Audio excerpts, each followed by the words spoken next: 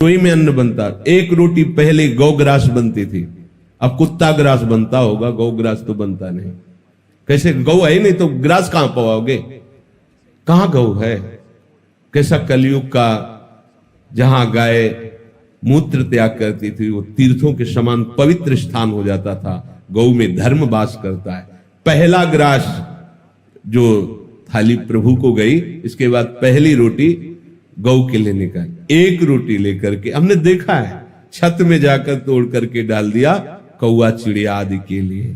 फिर वो दरवाजे पर निकल कर खड़े हुए कि कोई अतिथि, कोई संत महात्मा, ऐसा 1 मिनट इंतजार, प्रत्येक दिन ऐसा करना। 1 मिनट देखा कोई नहीं, फिर प्रणाम करके उसको प्रसाद को पाया। जो भी तुम्हारे पास संपत्ति है उसमें हिस्सा लगाना पड़ेगा। जैसे किसान आदमी, बड़ा पाप होता है किसानी में, बहुत से जीव मरते हैं, बहुत से कटते हैं जीव। देखा अब खुरपी से निकाल रहा है, कितने जीव ऐसे कट जाते हैं। केचुआ है, बड़े कई प्रकार के जीव होते हैं जो कट जाते हैं, वो सब अपराध, हिस्सा निकालना। जैसे कंडा है चूल्हे पे लगाया और उसमें चींटी, लाखों चींटी उसमें अंदर बैठे और वो ध्यान नहीं दिया, वो सब जल गई। इसीलिए ये जो पहले पद्धति थी निष्पाप होने की, अब उसका कोई ध्यान ही नहीं, क्योंकि वो चूल्हा ही नहीं है, किसमें हवन करे? गैस का समय है, गैस सिलेंडर का, और तौल के आटा आया हुआ है, अब उसमें 4 रोटी बनाने की सामर्थ्य तो है नहीं। आजकल के नए बच्चे बच्चियां होटल का पसंद करते हैं, बना के भोग लगा के पाना पसंद नहीं करते हैं। हाँ, वो बैठे नौकरी से आए, भोजन लाए नहीं, आप फोन से कह दो तो होम डिलीवरी आ जाएगी घर में। सब धर्म कर्म चौपट होते चले जा रहे हैं। जो सामग्री को अपनी मांग करके भोगता है और उसे भगवत सेवा, गौ सेवा, अन्य सेवाओं में अर्पित नहीं करता है, वो चोर है और चोर को दंड मिलता है। जब अपने को किसी पे गुस्सा आए तो दया करो, ये आसुरी भाव है। जब इंद्रियों की भोग विलासता बढ़े तो दमन करो, और जो तुम्हें प्राप्त हुआ है उसका हिस्सा लगाओ। तभी वो यज्ञाशिष्टासिनः, जो यज्ञ का बचा हुआ भाग है वो तुम्हें निष्पाप कर देगा और भगवत प्राप्ति के मार्ग में बढ़ाएगा। अगर जैसे आप कुटिया बनाए हुए हैं और कोई संत आता है ऐसे समय में, जिस समय भोजन नहीं है, और आपसे याचना करता मैं भूखा हूं, कर्तव्य है तत्काल आप उसके भोजन की व्यवस्था कीजिए। आपने कुटिया निर्माण किया है, यदि आप फुटपाथ पे रहते मांग के खाते, उस समय भी यदि आप रोटी सामने रख के पाने वाले ही हैं और कोई कह दे कि मैं भूखा हूं, तो आपको दे देना चाहिए, यह आज्ञा है। अगर आपने कह दिया कि भोजन का समय तो खत्म हो चुका, भोजन नहीं मिलेगा, आपको अपराध लगेगा। आपने इतनी बड़ी कुटिया बना रखी है, आपके पास व्यवस्था है, और भूखा कोई आया है तो आप मना कर देते हैं, भगा देते हैं, तो आपके ऊपर अपराध लागू हो जाएगा, आपको दंड भोगना पड़ेगा। ये सावधानी रखनी पड़ेगी पक्का। आपने सुविधाओं को एकत्रित किया है तो उसे ऐसी अवस्था में ना नहीं कर सकते। वैसे जैसे सब संत सेवाई चल रही, आपका प्रसाद पाया, पवाना शुरू हुआ, आप बाहर निकल के खड़े हैं, कोई खड़ा है कि मुझे भोजन मिल जाएगा क्या? परिचय जानने की जरूरत नहीं, हाथ जोड़िए, मानसिक प्रणाम कीजिए या पंचांग प्रणाम कीजिए, बैठा लिए और उसे छक के भोजन पाइए। अगर आप ऐसा विधान नहीं रखते तो आप पाने का अधिकार नहीं रखते।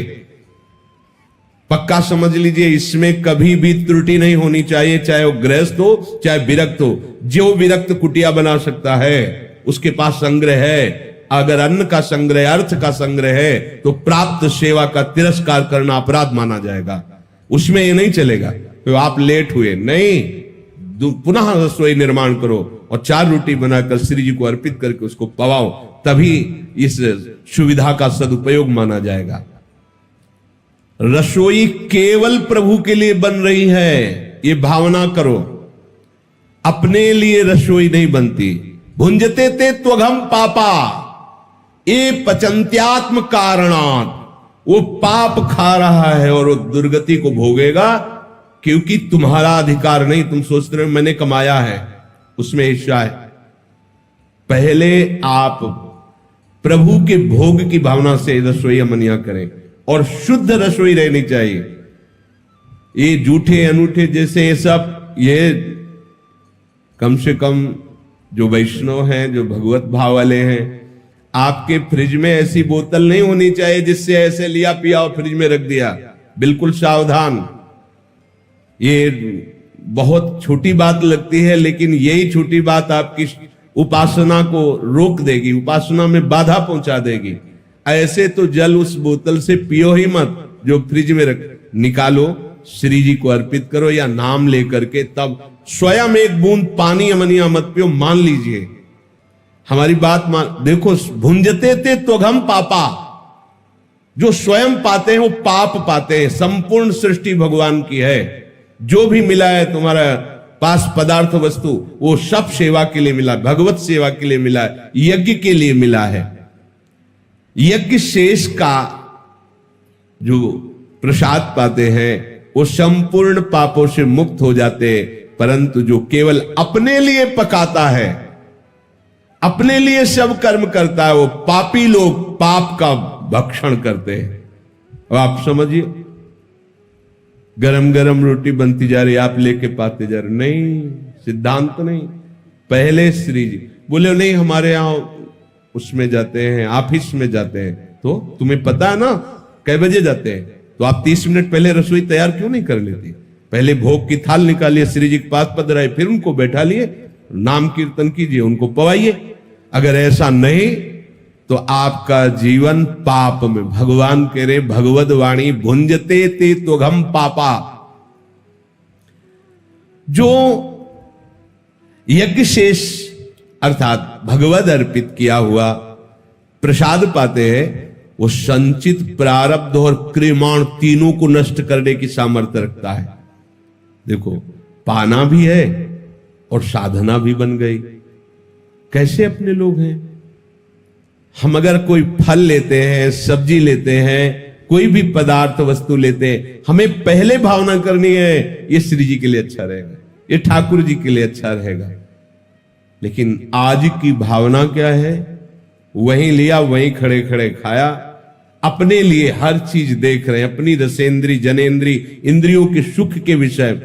इसीलिए दुर्गति हो रही है। इसलिए ना तो साधन समझ में आ रहा है, ना परमार्थ समझ में आ रहा है। सावधान हो जाइए। हमारे लिए केवल प्रसाद है, कुछ भी अमनिया नहीं होना चाहिए, ना वस्त्र, ना सैया, ना भोजन, ना जल, कुछ भी नहीं। तभी आप जो महात्माओं को गति मिलती है, आप गृहस्थ होते हुए भी उस गति को प्राप्त कर लेंगे। बहुत बड़ा महत्व है। यदि आप धर्म पूर्वक पवित्र कमाई का उसका विभाग कर देते हैं, ये अतिथि के लिए, संत के लिए, गौ सेवा के लिए, पक्षी सेवा के लिए, ये परिवार के लिए, तो वो धन, वो अन्न आपको स्वस्थ रखेगा। बुरा प्रारब्ध जो आपको, एक खून की जांच कराने में 10,000 रुपए लग रहे हैं, ऑपरेशन हुआ लाखों रुपए लग रहे हैं, तैयार हो, आपको कोई परेशानी नहीं। लेकिन वही प्रारब्ध आपका किसी अन्य बीमार की सेवा में थोड़ा हिस्सा लगा देने से, कोई भूखा है उसे भोजन दे देने से, कोई ठंडी में कांप रहा है उसे वस्त्र दे देने से, वो आपका बुरा प्रारब्ध नष्ट करके स्वस्थ रखे, वो अच्छा।